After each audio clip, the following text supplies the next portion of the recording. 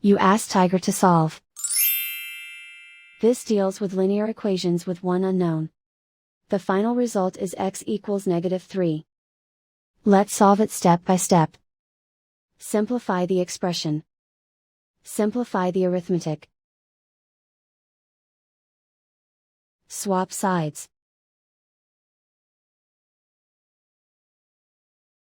Group all constants on the right side of the equation. Subtract 13 from both sides.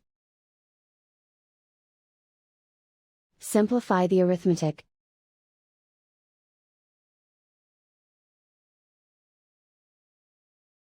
Isolate the x. Divide both sides by 7. Simplify the fraction. Find the greatest common factor of the numerator and denominator. Factor out and cancel the greatest common factor. And so the final result is x equals -3.